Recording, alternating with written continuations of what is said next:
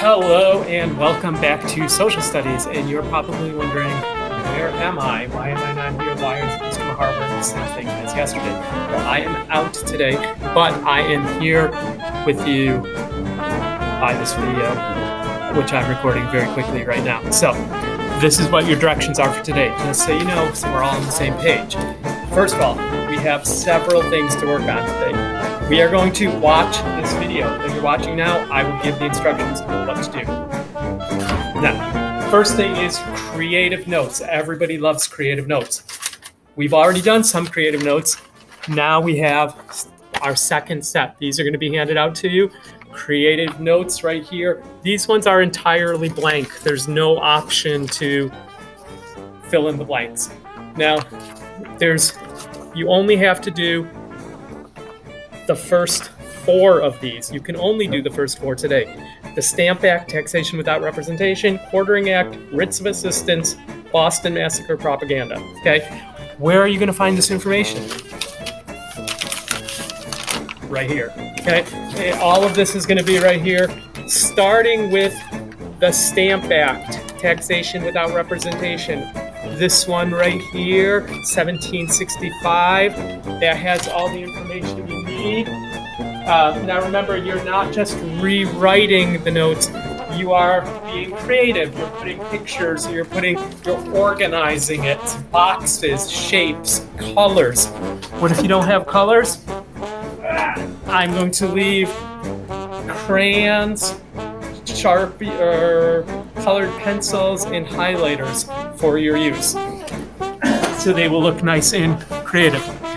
Only the first 4. Now that doesn't mean you scribble out the last 2. We'll do the other ones 5, 6, and 7. We'll do it another time, but today we're only doing the first 4.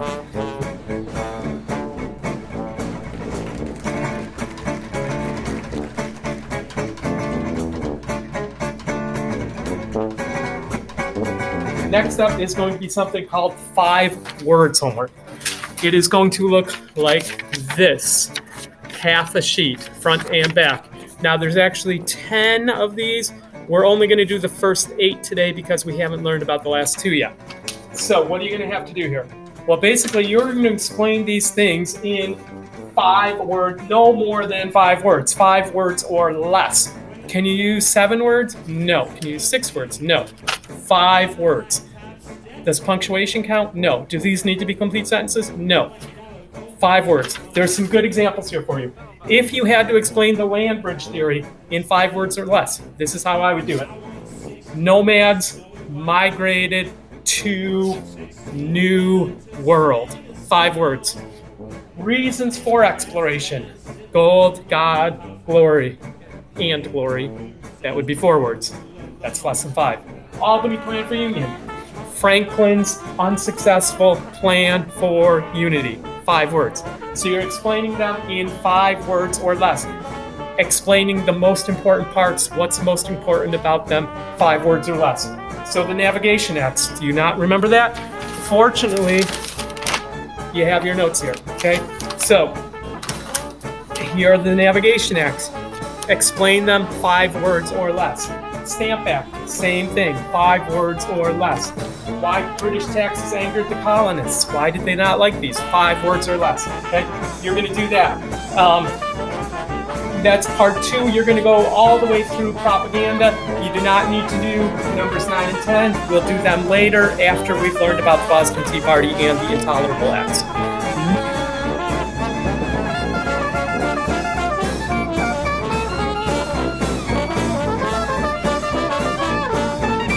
That what you're going to do is play a little game. Right? It's a mission. It's called Mission US. You're going to choose this one, Crown or Colony. And now to go to this, I will put the link in Schoology and elsewhere so you can find the link. When you go to this the first time, you're going to have to log in. Basically, let me tell you what it is first. You're playing a little game here. It's 1770. You are Nat Wheeler, a 14-year-old apprentice in Boston. As tensions rise among patriots, loyalists. So patriots were people who were on the side of like the colonists who are angry about taxation without representation. They're called patriots. Loyalists are people who are loyal to the crown, to the king. and others. You decide where your loyalties lie. Okay, and then there's a place to meet the characters. You're going to have to create an account. Now, you don't need to give them any personal information like email address or anything like that. You make up a username. I made up one, MAHAR. That's my username. It's going to ask for a password. Since you're on your Chromebooks, it's going to suggest a password. I would say take the suggested password and save it so you don't have to worry about it again next time you do this. That way you'll have it on the Chromebook. It's saved. It's good. A reminder question in case you forget. You can do that. You put your answer, city, you're a student, etc. You don't have to give them too much information. Okay. Then once you're logged on, you're going to select this one to play the American Revolution 1770, Crown or Colony. And it's going to walk you through how to play this. You may get a screen like this to log in. That's how you do it. Okay, and it has all of these characters. Some of them are real, some of them are not. It's going to tell the story. It's basically like a choose your own adventure game where you decide. It gives you some options. You are a 14-year-old apprentice in this thing. You are going to decide, okay, should I do A or should I do B? And then once you decide that, it's going to lead you to other things. This is 1770 in Boston. There are some things happening then you might be familiar with. Okay, maybe you'll get to meet John Adams. Who knows? Remember, step 1, creative notes. Step 2, 5 words. Step 3, playing the game. That should be enough for you, hopefully. When I return, we will watch more John Adams, and I will check what you've done. You do not need to turn in any of this stuff today. Hang on to it until I return, okay?